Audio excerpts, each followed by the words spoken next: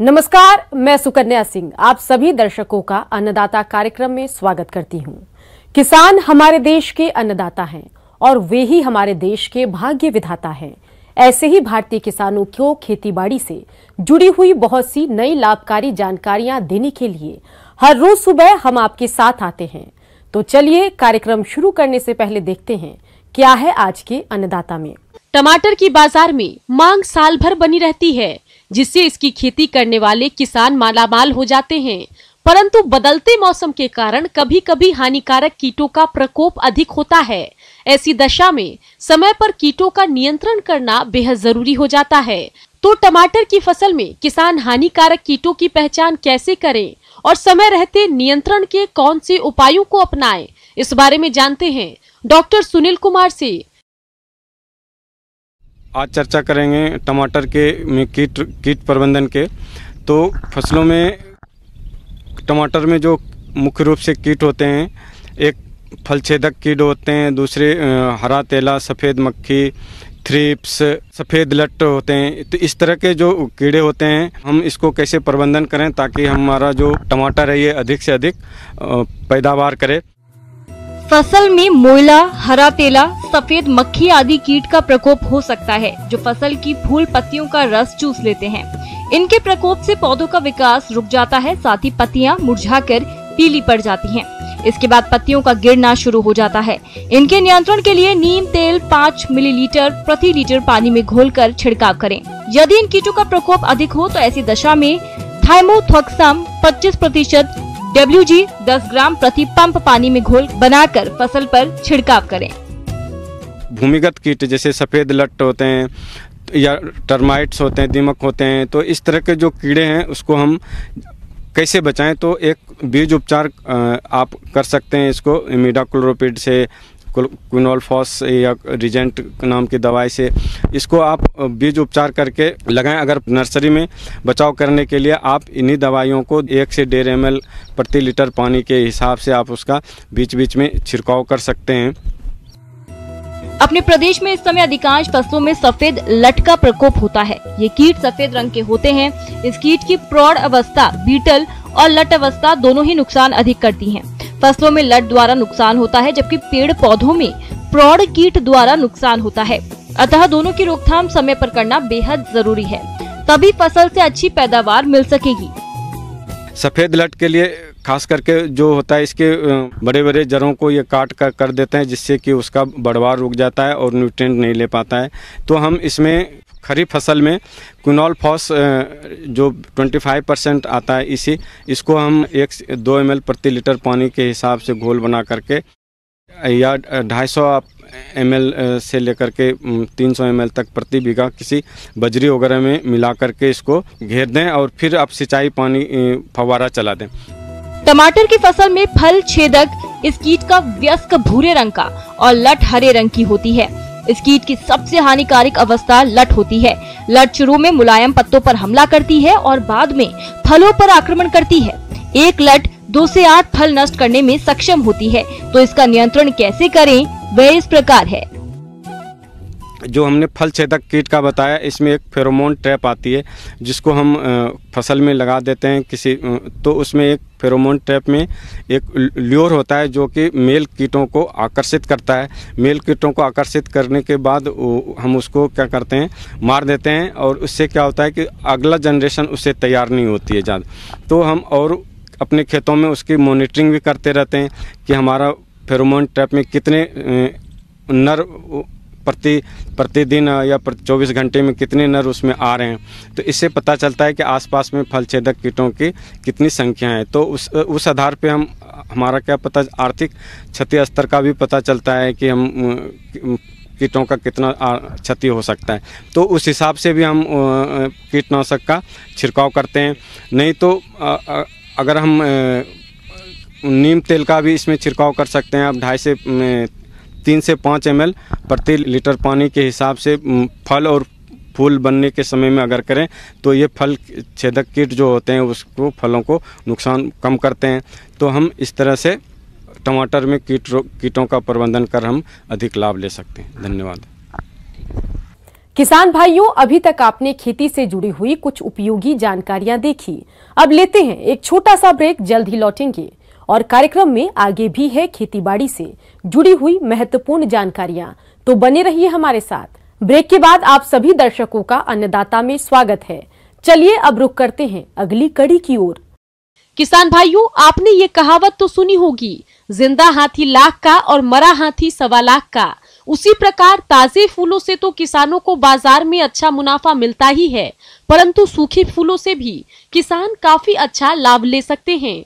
आजकल सूखे फूल अपनी स्थायी सुंदरता एवं अनुपम रंगों की वजह से लोगों के बीच विस्मय, प्रशंसा और आकर्षण का केंद्र हैं। सूखे फूल ताजे फूलों की तुलना में गर्मी एवं सर्दी से सहिष्णु होते हैं और अधिक समय तक सुंदरता प्रदान करते हैं। फूल सुखाने की तकनीक इतनी आसान है कि इसे कोई भी सीखकर रोजगार आरंभ कर सकता है और अधिक मुनाफा कमा सकता है। इस बारे में विस्तार से बता रही हैं डॉक्टर भारती कश्यप। सुखाए हुए फूलों का व्यवसाय आजकल बहुत ही अच्छा उभर रहा है। कहने को तो हम फूल कह रहे हैं, लेकिन ये जरूरी नहीं कि इसमें फूलों का ही हिस्सा हो। पौधे का कोई भी भाग हो, चाहे पत्ता हो, फूल हो, कांटा हो, बीज हो, इसमें हम सभी चीजों का उपयोग कर रहे हैं। आज अगर अंतर्राष्ट्रीय स्तर पे बात करें तो ड्राई फ्लावर से बनाए गए उत्पादों की मांग निरंतर बढ़ती चली जा रही है। इसमें जैसा मैंने बताया कि हर तरह के फूलों का इस्तेमाल किया जा सकता है। अगर हम एग्रीकल्चर क्रॉप्स की बात करें तो मक्का, धान, कार्थेमस, सारी क्रॉप्स को हम इस्तेमाल कर रहे हैं। इसके अलावा ऑर्नामेंटल क्रॉप्स में गॉम्फ्रीना, हेलिक्राइसम, पेपर फ्लावर, नाइजेला, स्टेटिस इत्यादि का उपयोग कर रहे हैं। तथा इसके अलावा बहुत सारे जंगलों में ऐसे घास फूस हैं तथा कोन्स हैं, कश्तियां हैं, जिनको हम इधर उधर से इकट्ठा करके उनसे कई कलात्मक वस्तुएं बना सकते हैं। जैसे कि 2-3 तरह की कमर्शियल ग्रासेस हैं जिन पर हम काम कर रहे हैं। एक है लेगुरस, जिसे कि रैबिट टेल ग्रास बोलते हैं। दूसरी है ब्रीजा, जिसे कि क्वेकिंग ग्रास बोलते हैं। और तीसरी ब्रोमस है, जो कि एक झाड़ू की तरह ग्रास प्रतीत होती है। ये तीनों ही घास हैं जिनको बाद में हम फूल का या इसको अरेंजमेंट का रूप प्रदान करेंगे। इसके अलावा एक क्रॉप है जो कार्थेमस, जो सैफलार है। बेसिकली ये एक ऑयल सीड क्रॉप है, लेकिन इसको हम ये अगर देखा जाए कि वर्ल्ड में जो टॉप 10 ड्राई फ्लावर्स है उसमें से एक है ये कार्थेमस, जिसे हम सैफलार भी कहते हैं। इसको भी हम ड्राई फ्लावर के रूप में अपना रहे हैं। इसके अलावा एक क्रॉप है क्रेस्पीडिया, जिसे कि गिल्ली बटन फ्लावर बोलते हैं। इसका भी हम उपयोग कर रहे हैं। तो जब भी फूलों को सुखाने की बात करते हैं तो सबसे पहले तो नेचुरल विधि आ जाती है। कोई भी पौधे का जो हिस्सा है, अगर आपको नेचुरली वो पौधे पे ही अच्छा लगता है तो आप उसको लैब में ले आते हैं और उसको इसके बाद प्रोसेस करते हैं। जैसे कि पाइन्स की हमारी जो कश्तियां होती है, उसको हम जब वो पेड़ों से गिर जाती है तो उसी वक्त ले आते हैं, तो इसको हम नेचुरल मेथड बोलते हैं। दूसरा मेथड है जिसको हम एयर ड्राइंग बोलते हैं, जिसको कहते हैं हवा में सुखाना। कई तरह की हमारे पास जैसे घास है, ब्रीजा, लेगुरस वगैरह, या आपका बाजरा है, चरी है, इनका हम गुच्छा बना लेते हैं और इसको एक हैंगर पे लटका देते हैं। अब लटकाने के बाद इसको हवादार जगह पे रखना जरूरी है, नहीं तो इसमें फंगस लगने से ये फूल खराब हो सकते हैं। तीसरी विधि आती है प्रेस ड्राइंग की, यानी कि हर्बेरियम प्रेस होती है जिसे बॉटनिस्ट इस्तेमाल करते हैं। उसमें फूलों को या पत्तों को डाल के सुखा देते हैं। लगभग 10-15 दिनों में ये फूल पत्ते सूख जाते हैं। लेकिन इस विधि का नुकसान ये है कि इनका आप इस्तेमाल सिर्फ वॉल पिक्चर या ग्रीटिंग कार्ड्स बनाने में कर सकते हैं, लेकिन फ्लावर अरेंजमेंट इस तरह के सुखाए हुए फूलों से आप नहीं बना सकते। अगर हम आधुनिक विधियों की बात करें तो हॉट एयर ओवन और माइक्रोवेव ओवन बहुत अच्छी विधियां हैं जिसमें फूल बहुत अच्छे तरह से सूख जाते हैं। लेकिन दोनों विधियों के लिए ही हमें एक डेसिकेंट का इस्तेमाल करना पड़ता है, जिसे कि हम प्रायतः सिलिका जेल कहते हैं। सिलिका जेल में फूलों को डाल देते हैं और लगभग माइक्रोवेव में 2-3 मिनट के अंदर वो फूल सूख जाते हैं, जबकि हॉट एयर ओवन में 1-2 दिनों के अंदर वो फूल सूख जाते हैं। जब भी हम फूल को प्रकृति से या नेचर से निकाल के लाते हैं तो हमारा प्राय यह इच्छा रहती है कि इसका जो नेचुरल कलर है वो ही बना रहे। लेकिन बहुत सारे फूल ऐसे होते हैं जिनका रंग उड़ जाता है, या हमें इसमें और वेरिएबिलिटी क्रिएट करने के लिए इसमें आर्टिफिशियल कलर इस्तेमाल करना पड़ता है। उसके लिए हम डाइज और पेंट का इस्तेमाल करते हैं। डाइज हम ज़्यादातर वो यूज़ करते हैं जो फैब्रिक डाई होती है। ये सस्ती भी होती है और टिकाऊ भी होती है, जो प्रायतर रंगाई वाले कपड़ों में करने के लिए इस्तेमाल करते हैं। इसके अलावा फूड डाइज, जो खाने वाली डाइज हैं, या नेचुरल डाई मतलब प्लांट से निकाल के ही पौधों में हम चढ़ाते हैं। इस पर भी हमारी विश्वविद्यालय में काम किया जा रहा है। इसके अलावा कुछ केमिकल डाइज ऐसी हैं जो इंडिकेटर डाइज है, उनका भी उपयोग किया जाता है। ये भी काफी देर चलती हैं और इनके भी रंग काफी पक्के रहते हैं। फूलों को सुखाकर हम किसी भी तरह के उत्पाद बना सकते हैं। ये आपकी कलात्मकता पर निर्भर करता है कि आप उससे क्या बनाना चाहते हैं। जो सबसे ज्यादा अगर उत्पाद भारत से बिकता है उसे पॉटपॉरी कहते हैं। इसे भारत से निर्यात किया जा रहा है और यूके इत्यादि देशों में बेचा जा रहा है। इसमें कई तरह के फूलों को सुखाया के डाला जाता है और सुगंधि के लिए इसमें नेचुरल फूलों का ही इस्तेमाल किया जाता है। सूखे फूलों को आप ऑनलाइन बड़े आराम से बेच सकते हैं। इसके लिए आपको अपनी वेबसाइट बनानी होगी। ज्यादातर सूखे फूलों का व्यापार ऑनलाइन ही किया जाता है। इसके अलावा wall picture, greeting cards, flower arrangements, राखियां, पाइन कोन के बर्ड्स, गुड़ियां, बहुत सारी चीजें हम ड्राई फ्लावर्स से बना सकते हैं। कोई भी महिला ड्राई फ्लावर्स का बिजनेस अपने घर पर ही शुरू कर सकती हैं। 4-5 महिलाएं या ग्रुप बना के भी इसका कुटीर उत्पादन के रूप में भी इसका प्रयोग किया जा सकता है। इससे बहुत ही अच्छे तरह से फायदा उठाया जा सकता है। अगर सिंपल सी हम बात करें कि ये जो टोकरी हम बना रहे हैं तो 20-22 रुपए की ये टोकरी बाजार से लेकर आप 10-15 रुपए की लागत इसमें और डाल के, जो कि फूलों को सुखाने और उनको रंग करने पे होती है, तो लगभग आप 100 रुपए की एक टोकरी आराम से बाजार में बेच सकते हैं। आगे और भी है खेती बाड़ी से जुड़ी हुई बहुत सी रोचक जानकारियां, पर यहाँ पर रुकेंगे एक और ब्रेक के लिए। जल्द हाजिर होते हैं। ब्रेक के बाद एक बार फिर से आप सभी दर्शकों का अन्नदाता कार्यक्रम में स्वागत है। बढ़ते हैं अगली प्रस्तुति की ओर। मौसम के अनुसार प्रबंधनों पर ही टिकी है आपकी खेती बाड़ी, इसलिए मौसम पूर्वानुमान और उस पर आधारित साप्ताहिक कृषि सलाह इस प्रकार है। ग्रामीण कृषि मौसम सेवा जयपुर द्वारा भेजे गए मौसम पूर्वानुमान रिपोर्ट के आधार पर किसान भाइयों को सलाह दी जाती है कि कोरोना के गंभीर फैलाव को देखते हुए किसान भाई सरकार की सलाह का सख्ती से पालन करें और स्वयं की उचित देखभाल करें। व्यक्तिगत स्वच्छता, मास्क का उपयोग, साबुन से उचित अंतराल पर हाथ धोने तथा एक दूसरे से सामाजिक दूरी बनाए रखने पर खास ध्यान दें। जिस खेत में फसल पर टिड्डियों का आक्रमण हो रहा है वहां तेज आवाज करें। एक साथ इकट्ठा होकर एक दूसरे से सामाजिक दूरी रखते हुए टीन के डिब्बे, थालियां आदि बजाकर आवाज करें।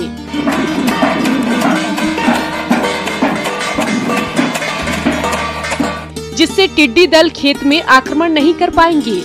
बलुई नम मिट्टी टिड्डी के प्रजनन एवं अंडे देने के लिए सर्वाधिक अनुकूल होती है।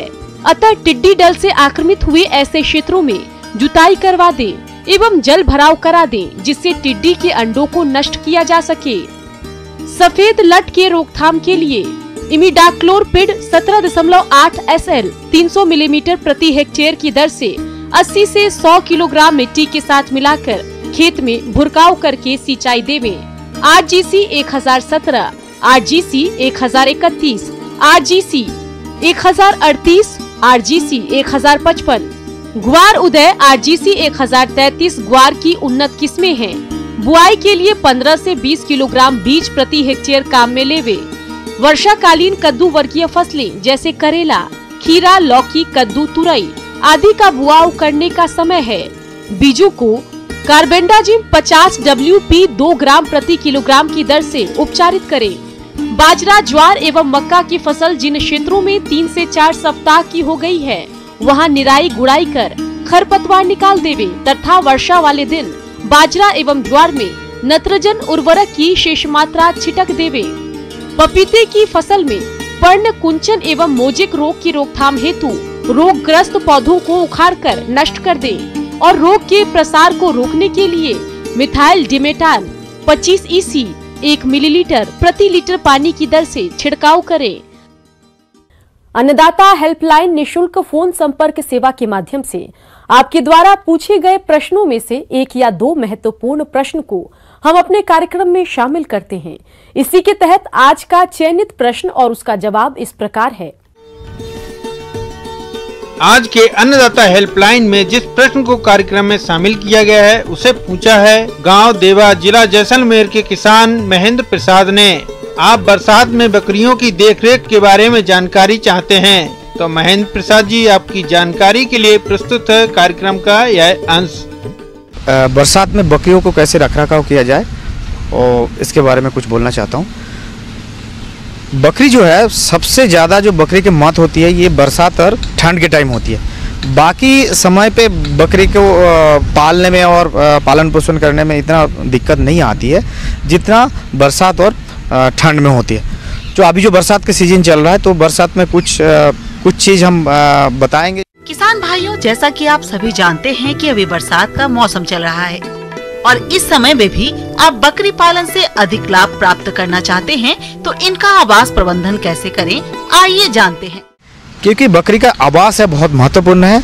बकरी हमेशा पसंद करते एक सूखा जगह है और बकरी इसीलिए आप देखेंगे पानी अगर बरसता है तो बकरी कभी पानी में रुकता नहीं है, वो शेल्टर ढूंढ लेता है कहीं ना कहीं, पेड़ के नीचे नहीं तो कोई बिल्डिंग के नीचे छुप जाती है, बरसात से बचना चाहती है। तो बकरी का एक नेचुरली ये बकरी अगर भीग जाती है पानी में तो उसको तुरंत कमरे में बंद ना करे, उसको पहले एक अच्छे से पोंछ दे और बाहर छोड़ दे, सूख जाए ऐसे हवा चलने से, उसके बाद उसको अंदर डालिए। तो इसको रोकने के लिए पहले तो उसका आवास है ऊंचा होना चाहिए जिसमें मॉइस्चर ट्रैप ना हो, गीला ना हो, बिल्कुल सूखा होना चाहिए। अगर नहीं है उसको जिस शेड में आप रखते हैं उसको चारों तरफ खोल दीजिए और अच्छे से सूख जाए। अगर समय समय पे चूना डाल दीजिए जिससे चूना एक डिसइंफेक्टेंट का काम करता है। पानी का जो शेड के आसपास जो ढलान है वैसे ढलान रखे जो पानी रोक ना पाए, तो उसको रोकने के लिए और चारों तरफ उसका ड्रेन वगैरह है वो उसको साफ सफाई रखे। साथ ही उसके चारों तरफ जो घास वगैरह उगते हैं, जो खरपतवार है उसको भी अच्छे से साफ कर दे, क्योंकि जो बीमारी आती है ये परजीवी बीमारी आता है परजीवी से, वो परजीवी उसी घास में छुपते हैं और नहीं तो वो दीवार के अंदर छुप जाती है।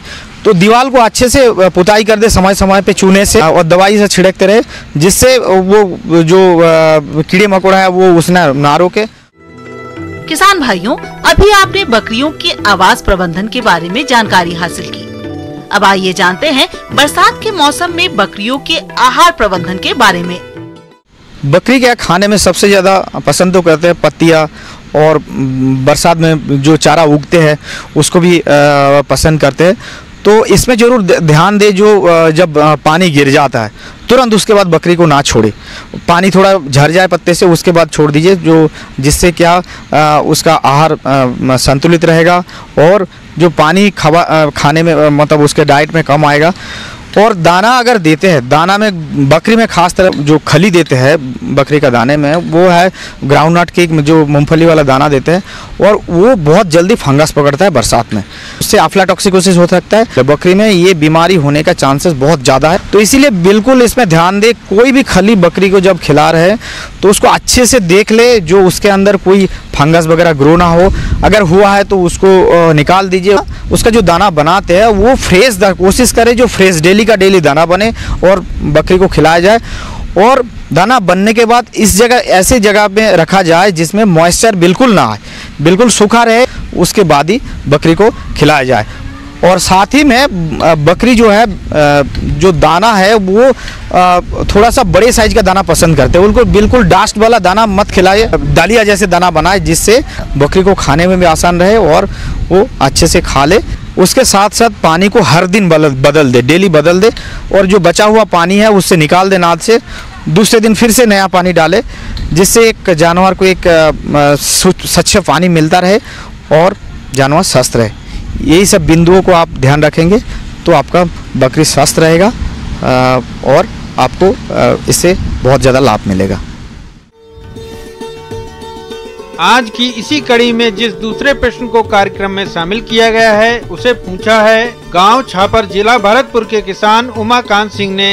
आप करौंदा की उन्नत बागवानी पर जानकारी चाहते हैं तो उमाकांत जी आपकी जानकारी के लिए प्रस्तुत है कार्यक्रम का यह अंश।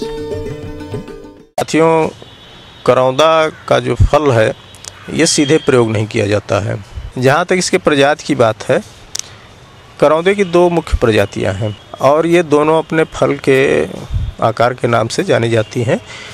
एक हरा करौंदा होता है, इसका फल जब शुरू में निकलता है तो उस समय हरे रंग का होता है, इसकी साइज थोड़ा सा आकार बड़ा होता है। और दूसरा अमेरिकन लाल सफ़ेद के नाम से जाना जाता है करौंदा, और यह प्रजाति लाल सफ़ेद रंग की होती है। किसान भाइयों, करौंदे का जहाँ तक रोपण का प्रश्न है, करौंदे को हम अपनी लगी हुई बाग या हमारे जो भी खेत हैं उसके लाइव फेंसिंग या हरित बाड़ के रूप में भी इसका रोपण कर सकते हैं।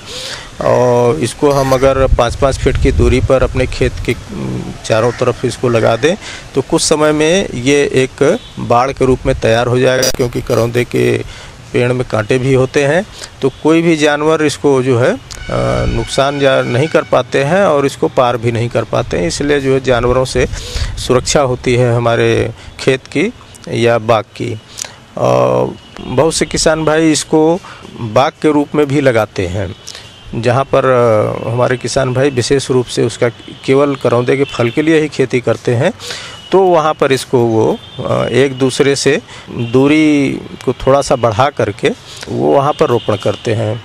तो करौंदे की दूरी 1.5 मीटर की दूरी एक पेड़ से दूसरे पेड़ की रखी जाती है, लेकिन जब हम इसको पूरे खेत में लगाने की बात करते हैं तो वहाँ पर 2 से 2.5 मीटर या 3 मीटर तक इसकी दूरी एक दूसरे से हम रखते हैं।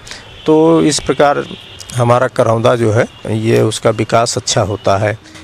किसान भाइयों, करौंदा पौधे की रोपाई के बाद आप बाग में सिंचाई और पोषक तत्व प्रबंधन किस तरह से करें, आइए जानते हैं।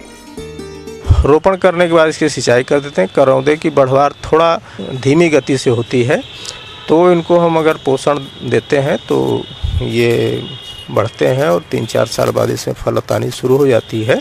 पोषण देने के लिए हर वर्ष जब हम फसल के रूप में इसकी खेती कर रहे हैं तो 10 से 20 किलोग्राम सड़ी हुई गोबर की खाद प्रति पौध की दर से और 25 ग्राम से लेकर 40 ग्राम तक जो है नाइट्रोजन और करीब 15 से लेकर 20 ग्राम तक फास्फोरस और करीब 25 ग्राम पोटास की मात्रा तत्व के रूप में हम इनको प्रतिवर्ष देते हैं। और जिस समय करौंदे के फल बढ़ रहे होते हैं, ये 2 बार में इनको अगर हम इनकी पूर्ति कर देते हैं तो इसमें जो है करौंदे के फसल की बढ़वार अच्छी होती है और जो फल लगे रहते हैं उनका भी बहुत ही अच्छा जो है आकार हो जाता है। उसकी तोड़ाई करके हम उसकी बिक्री कर सकते हैं। किसान भाइयों, अन्नदाता आपकी सेवा के लिए संकल्परत है। कृषि संबंधित समस्या और सुझावों के लिए आप हमें इस पते पर संपर्क कर सकते हैं। प्रोड्यूसर अन्नदाता, news 18 Rajasthan, Ramoji film city, Hyderabad 501512। साथ ही आप हमें ईमेल भी कर सकते हैं। हमारा ईमेल है p18annadatarajasthan@nw18.com। इसके अतिरिक्त आप हमें निशुल्क हेल्पलाइन नंबर 18004192-155 पर सोमवार से शनिवार सुबह 10 से शाम 4 बजे के बीच संपर्क कर सकते हैं। किसान भाइयों, अब समय हो रहा है आपसे विदा लेने का, तो हमारी अन्नदाता टीम को दीजिए इजाजत। कल फिर आपसे मुलाकात होगी कृषि संबंधित कुछ और महत्वपूर्ण जानकारियों के साथ। नमस्कार।